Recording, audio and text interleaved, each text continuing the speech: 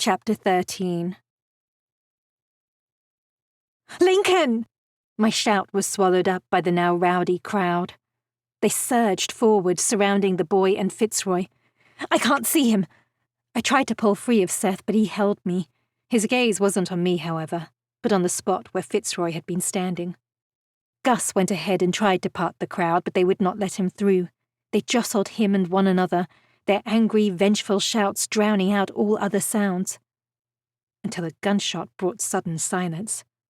The echo left no doubt that it had come from down the sewer.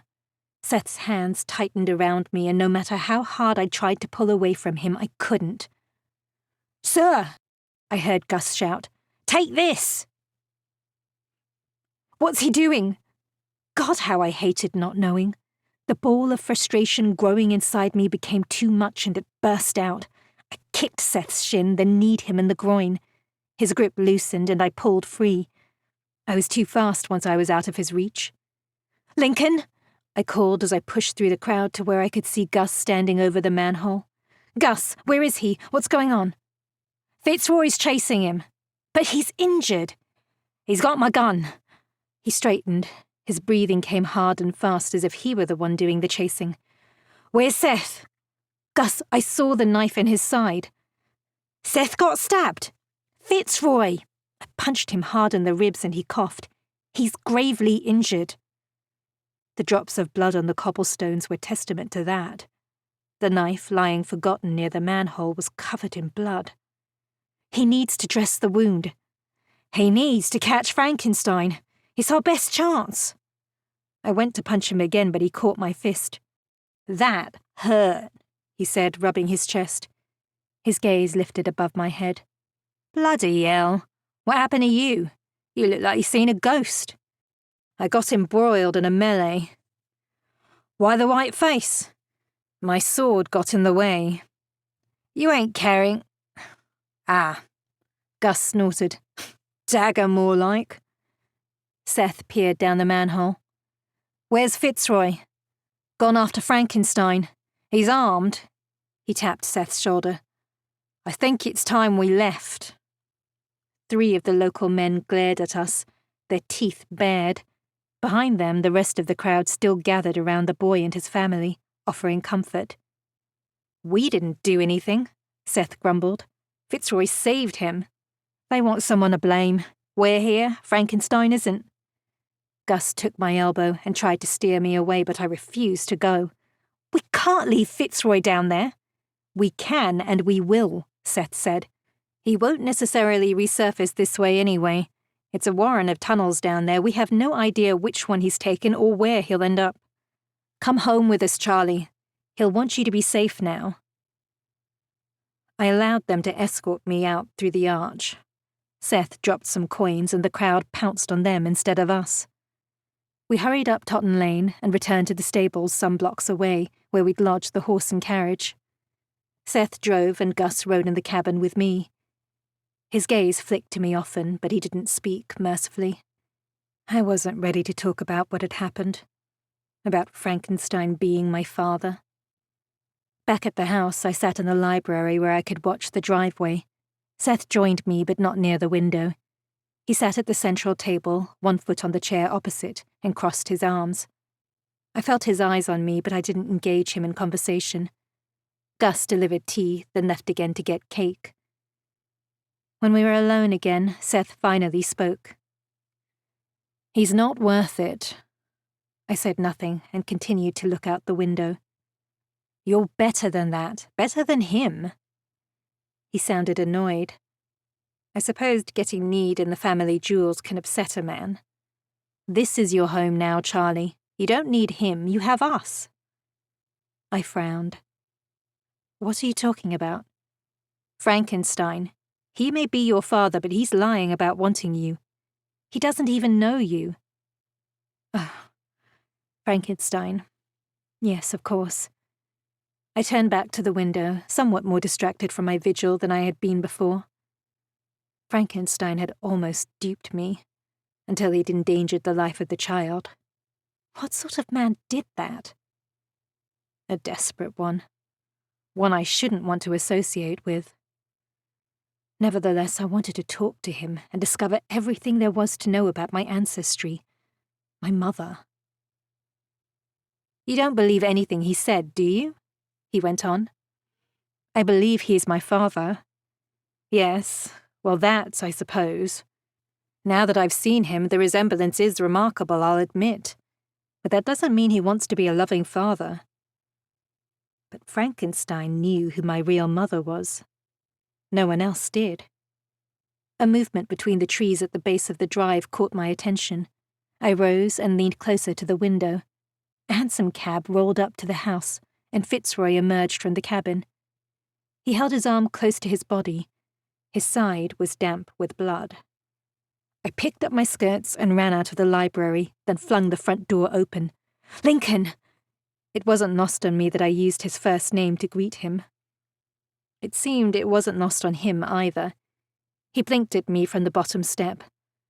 His face was a little pale, his eyes circled by shadows. I trotted down the steps as the cab pulled away. "Thank God you're all right. I've been sick with worry." I went to take his arm and help him, but he kept his distance. "You shouldn't have concerned yourself." He strode past me. I stood there, staring at his back, dumbfounded by his snub. What had I done to deserve that? "You cannot tell me what I can and can't be concerned about." My protest might as well have fallen on deaf ears. He didn't slow down, didn't acknowledge me at all. Seth, standing in the doorway, moved aside to let his master pass. "Did you catch him, sir?" "No." Seth gave me a sympathetic smile. "He'll be in a foul mood for the rest of the day," he whispered when I drew closer. "Don't mind him." "Why will he be in a foul mood? Because he failed?" "Yes, and he's worried that Frankenstein will get the better of him and harm the royal family." "You got all that from the few curt words he spoke." Fitzroy headed straight for the stairs just as Gus came down them in the opposite direction. "Thought I smelled you." He wrinkled his nose. Fitzroy did indeed stink at the sewers, and his trousers were wet and filthy from the knees down. "At least you're balanced now, sir," he said cheerfully. At Fitzroy's hesitation, he added, "Charlie shot you on the other side, didn't she?" Fitzroy glanced back at me, and I froze at the coldness in his eyes. If looks could kill, I would have been turned into an icicle. I gulped and dipped my head, hoping he didn't see the colour rise to my cheeks. When I looked up again, however, he was no longer there. He'd gone quietly up the stairs. "Better get some clean bandages to dress the wound," Seth told Gus. "I'll boil the water." "You're going to dress his wound?" I asked. "Not a doctor?" "If it's not too deep, he'll do it himself. He has some medical knowledge. We're just delivering the supplies." "I wonder how Frankenstein got away," Gus mused. "Probably lost him in the sewers," Seth said. I left the two of them pondering that and headed toward the service area at the back of the house. "Where are the bandages?" "Leave it to us," Gus said. "He'll prefer it." "That's too bad. Besides, everyone knows women make the best nurses. You two lugs are too rough." They protested some more, but I refused to listen. Cook gave me some warm water in a jug, and Seth found bandages. "I'll see to the rest," he said. "You sure you want to face him now?" Gus asked me. "He'll be a bloody-minded bear." "He's less likely to lash out at me than you." "True. Good luck." I headed up the stairs, only to realise Fitzroy was in the bathroom. I could hear water spilling in the tub. I waited in his sitting room for his return, and he arrived some 15 minutes later, looking damp, dishevelled, and delectable. Thick straps of muscle stretched across his shoulders and chest. His hair hung loose, brushing the nape of his neck, and blood smeared his side. He stopped in the doorway when he saw me, his eyes huge. He seemed startled, not at all his gruff, cool self. The change threw me a little off balance, and I remained rooted to the spot, uncertain how to proceed. "Where are Seth and Gus?" he asked, recovering before I did. Fetching supplies. I moved close enough to him that I could smell the sharp tang of the carbolic soap he'd used. Let me look at the wound. It's fine. It's not fine, there's fresh blood. The bleeding has almost stopped. Let me see, is it deep? It requires suturing. Every time I came close, he either turned or moved away so I couldn't inspect the cut. After 3 attempts, I'd had enough. Stop behaving like a child and let me see. He squared up to me and looked down that imperial nose of his. It was a pose that was probably meant to intimidate but failed miserably. It made him even more appealing, a wounded yet defiant warrior. A child, he intoned. Yes. I am merely trying to protect your feminine sensibilities. I burst out laughing. I don't think I have any feminine sensibilities. At his flattening lips, I thought it best to be more serious. My laughter seemed to offend him. Thank you for your consideration for my well-being, sir. But I'm not going to swoon when I touch you. That is not the point, he ground out. I stamped my hands on my hips. Do you honestly prefer Gus or Seth to do this instead of me? I can do it. You can't?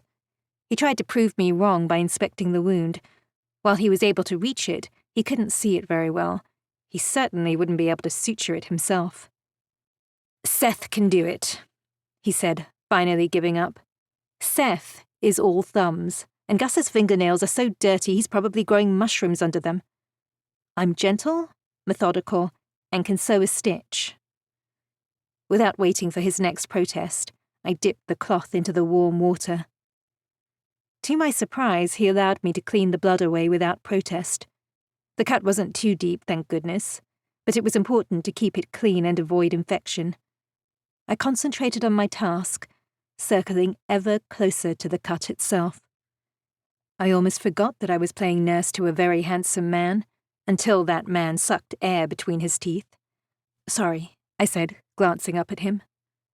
He watched me from beneath lowered lashes. His face flushed when he realized that he was caught staring. Did I hurt you? He shook his head, then stared straight ahead. He drew in a ragged breath. Continue. He stood as stiff as a statue while I finished cleaning the wound. Not even his chest rose and fell with his breathing. He only moved away when Seth and Gus arrived. I hadn't quite finished cleaning, but it would have to do. It seemed he didn't want the men to see me tending him. That would make stitching him up somewhat difficult. He inspected the supplies the men had brought up. Is everything sterilized? Steam the needle and thread in the kitchen, Seth said. To me he added, surgical thread. We keep some just in case.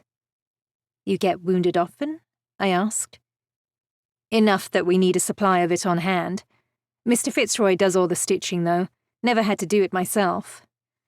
Nor me, Gus chimed in. I'm happy to try my hand. Try your hand? I shook my head. I may not be much of a lady, but I've been sewing and embroidering since I was old enough to hold a needle. I'll do it. Were you any good? Seth asked. Adequate?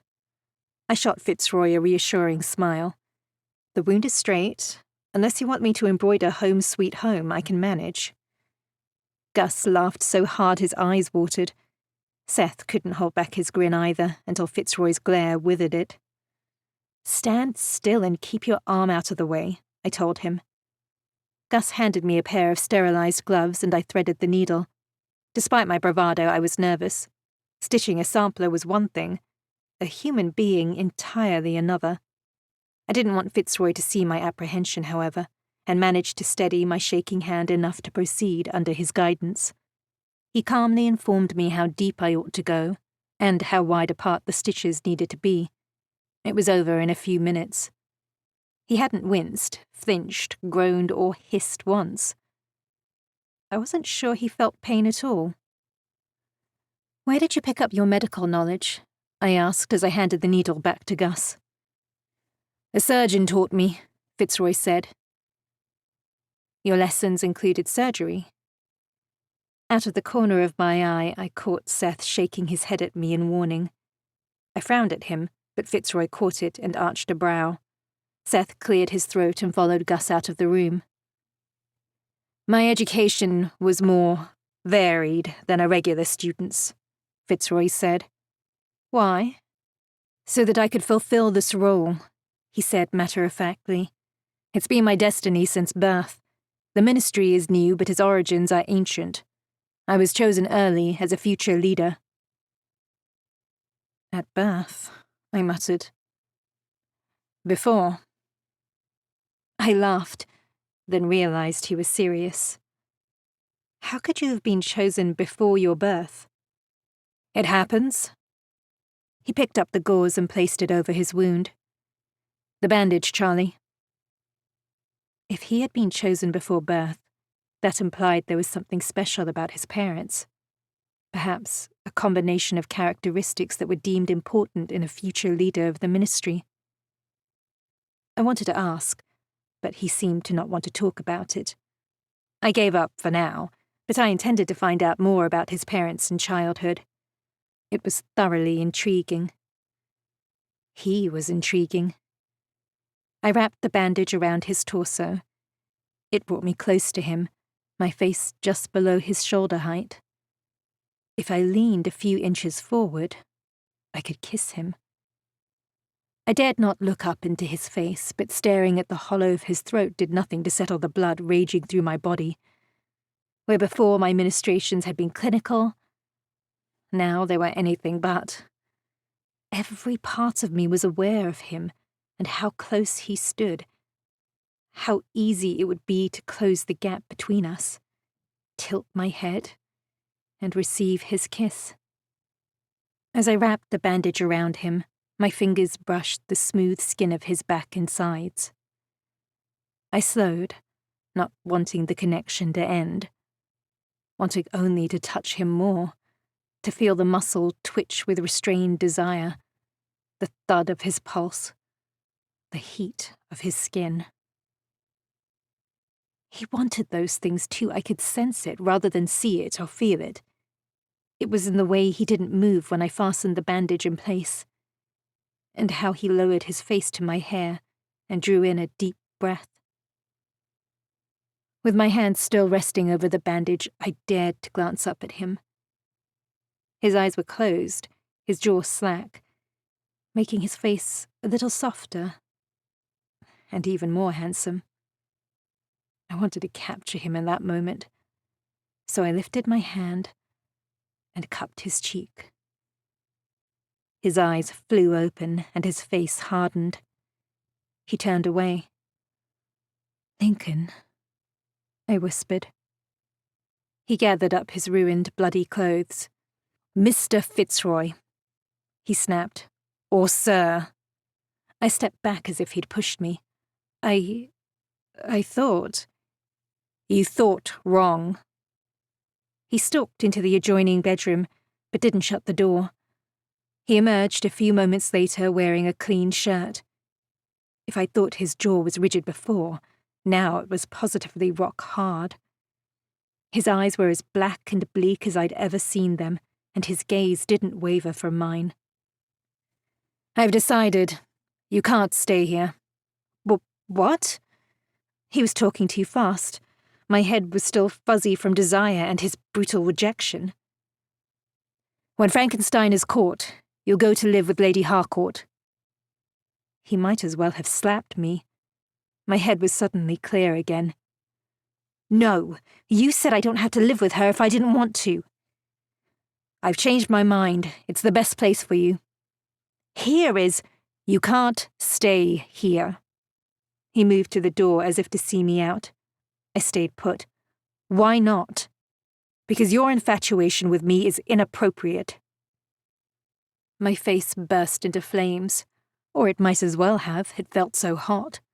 I crossed my arms as defiant as I could possibly be when utter humiliation ate me alive. I wanted to shout at him that he desired me too, but in truth, I wasn't sure. If he'd liked my touch as I bandaged him, it could have been because the fingers touching him belonged to a woman. Any woman. The look on his face may not have had anything to do with me. It's unhealthy, he went on, and not in either of our best interests for you to live here. Tears stung my eyes and tingled my nose. I had to hold myself very tight to keep from unraveling. I understood your point. There's no need to pour salt on the wound. This is the way it has to be. You will be well taken care of at Lady Harcourt's house. She's kind. And if I don't wish to go there? You would be a fool not to. I think we've already proven that I am indeed that. I sniffed, but fortunately my tears didn't spill. I didn't want him to see how pathetic I was, crying over a man I hardly knew. It's that or a house of charity, he said. I hate you, Fitzroy. No, you don't, he said stiffly. That's the problem. His cruel words were enough to shock me out of myself and force me to see what I was doing and saying. A small flame of anger burned in my chest, and I fueled it with thoughts of how he'd abducted me, treated me like a prisoner, and callously ridiculed my affections. I took a deep breath and felt quite a bit better, more determined than ever to conquer my feelings for him. He was right when he'd called it an infatuation. What I felt for him was quite possibly fleeting, and certainly foolish, brought on by living in the same house and my gratitude at being rescued from poverty. I could conquer my feelings, given a little more time. There. Better. Admitting that my affections were misplaced was the first step. I'll miss Seth and Gus, and Cook, too, I told him with a tilt of my chin. Perhaps more than I'll miss you in the long term. They've shown me nothing but kindness, whereas you have not. I never got to see what he thought of that. Seth and Gus returned, their steps full of bounce, and they asked for an account of Fitzroy's chase through the sewer tunnels. They lapped up the details as eagerly as the boys from the gangs did when I told them stories in the evenings. I sat on a chair and listened too. The distraction was a welcome relief. He exited the sewers near the docks in Wapping, Fitzroy said. He was far enough ahead the entire time that I couldn't catch him or get close enough to throw my knife. Why didn't you shoot him? Gus asked. The gases in the tunnels are volatile. Shooting would have been hazardous. Once above ground again, there were too many people. I followed him to a small warehouse tucked away behind the larger ones along the docks. I decided to return here instead of entering. Why? Seth asked. Fitzroy hesitated before continuing. In the brief glimpse I caught as he slipped inside, I decided I needed to be better armed and have a plan of attack. Seth and Gus glanced at one another, perhaps wondering if they were going to be part of the plan. What did you see? I asked him, sitting forward. A half-dozen others, perhaps more. Men. He paused. In a way, I gasped. They were his monsters, weren't they? His creations, as he calls them. Bloody hell, Seth murmured. What do they look like? I saw them only briefly and from a distance. They bore scars across their foreheads, necks, and chests. They wore trousers but nothing else and appeared to be strapped to large chairs. I was about to remark at the horrible inhumanity of chaining someone to a chair, but remembered that the creatures weren't entirely human. Were they alive? I'm not certain. They sat very still, and their eyes were closed. I shivered. Thank God. I remembered how horrid it had been looking into the dead eyes of the bodies inhabited by the spirits of my mother and my saviour from the holding cell. I wouldn't want to see the eyes of Frankenstein's creations open. Did you see anything else? Gus asked in a hushed voice.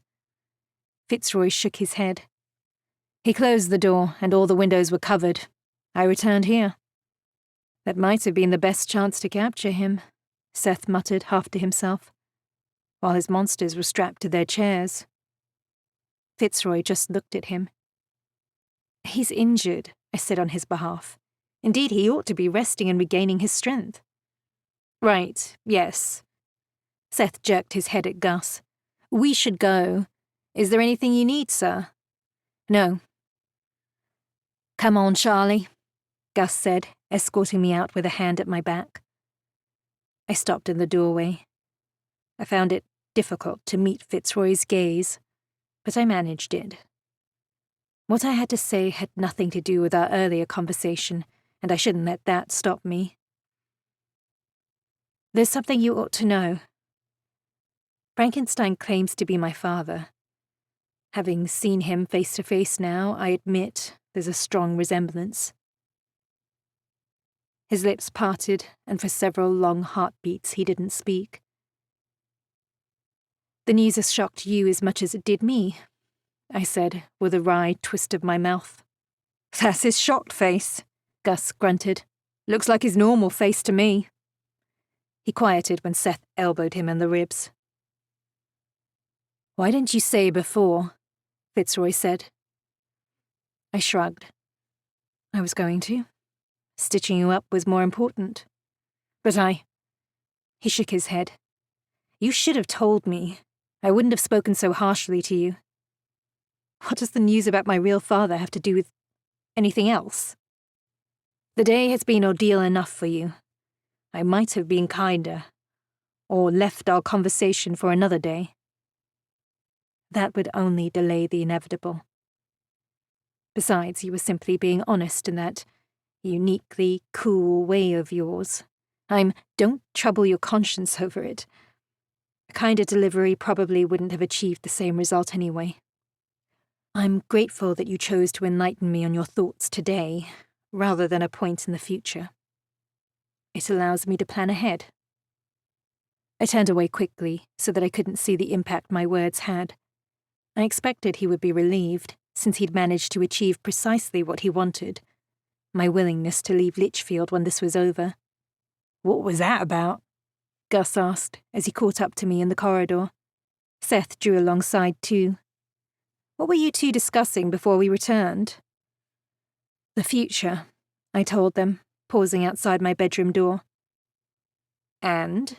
Seth placed his hand on the doorknob but didn't open the door. And he decided that my future does not lie at Litchfield Towers. You're going to live with Lady Harcourt? No. I'll find somewhere else. Where? Gus blurted out. There ain't no work in the factories. You ain't trained for domestic work, and you too bloody stubborn besides. Perhaps I'll offer to speak to the souls of the dying as they pass away. I wonder how much one ought to charge for such work. That's not funny, Seth growled. His face was surprisingly grim. I patted his arm. I'll think of something.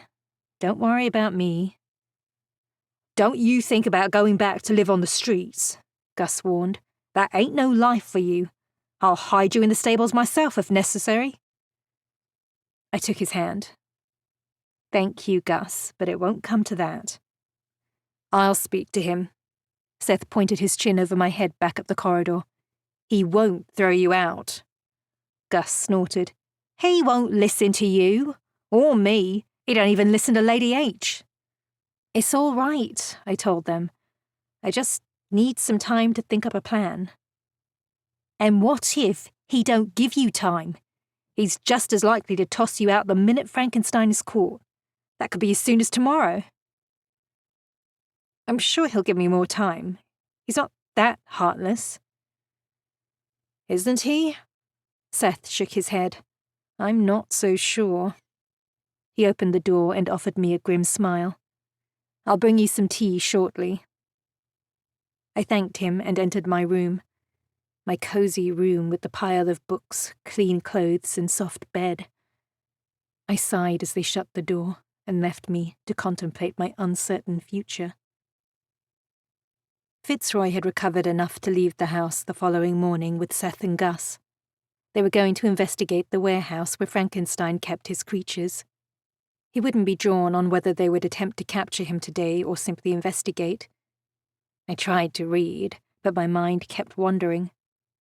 When I did manage a few pages of the new book, however, I had to set it down altogether.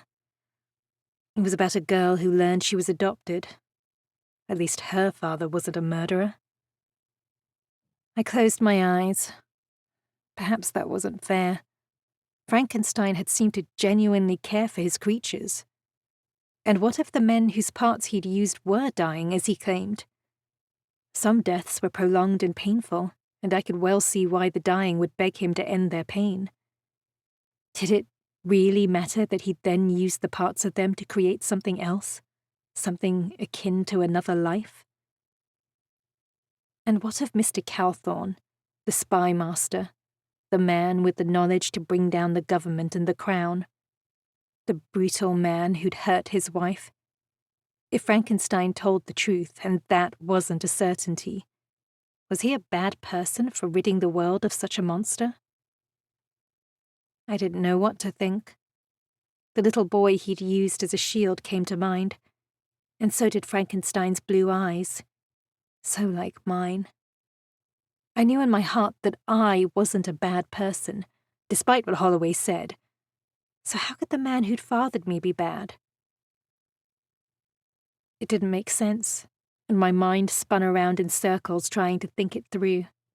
I needed a distraction, so I ventured to the kitchen where Cook was attacking a leg of mutton with a cleaver. "Can I help?" I asked. "Chop some vegetables or clean pots?" "Vegetables are all chopped, but there be some dusting to do and dishes to clean. There's a pile of them in the scullery. Gus'll be right pleased if he finds them all done. It'd be his turn today." "Cook, why are there no maids or footmen here?" "The house could do with a few." "Aye, it could. Gus and Seth manage a little here and there, but the house is too big for 'em to do things proper. You be only a little thing, but if you be a few inches taller, you'd see the dust on top of shelves." I chuckled and he smiled. "The master don't like no maids and footmen snooping about, so he says. The ministry got too many secrets. Unless those secrets are written down, I don't see why employing some staff would cause problems." He merely shrugged and returned to the range. I fetched a duster from the utility cupboard and dusted everything I could reach in the entrance hall. The floor was filthy from the comings and goings, so I scrubbed the tiles with a bristly brush I found. I moved on to the sitting room next. The work wasn't difficult. Indeed, I found I enjoyed sprucing the house up. I took the liberty of rearranging a few pieces of the furniture in the parlour and hiding some of the uglier knickknacks behind other things. A stuffed rat-like creature was the first to go. Who thought that ought to be displayed in a parlour? By the time I returned to the scullery, I felt content with what I'd achieved. Perhaps I could do a maid's work. It wasn't as awful as I'd expected, and although I would have to work with other maids, the company of women was something I needed to get used to. Perhaps I would ask Lady Harcourt for a reference. She might feel that the ministry owed me enough to lie for me. I couldn't work for her, however, no matter how often she asked. I would be forever expecting to see him there, and disappointed when I didn't, or when he ignored me as a gentleman should ignore a maid. Besides, seeing Lady Harcourt every day would be a constant reminder of their relationship and how he found her tempting, and not me. It was a thought I entertained as I picked up the empty pail and headed outside to the water pump in the courtyard. I saw the flash of movement out of the corner of my eye too late. I was knocked to the ground, landing heavily on my knees and one hand. The other still held the pail. I whipped around and smashed the pail into my assailant, hitting him in the legs. His knees buckled and he fell on top of me, pinning me. I tried to push him off, but he was too heavy. He grabbed one of my wrists and squeezed so hard my hand went numb. With his other hand, he held a knife to my throat. "Be still so I can remove the devil from you." "Father? Please," I sobbed. "Let me go." I told you! Holloway bared his teeth, and I noticed for the first time how long they were, how like a rabid dog he looked, with madness brightening his eyes and saliva dripping from his lower lip. I'm not your father. You're the devil's daughter. Yes, I almost told him. I am. I'm going to save you, child. I'm going to release the devil from your body and bring you back to God's light.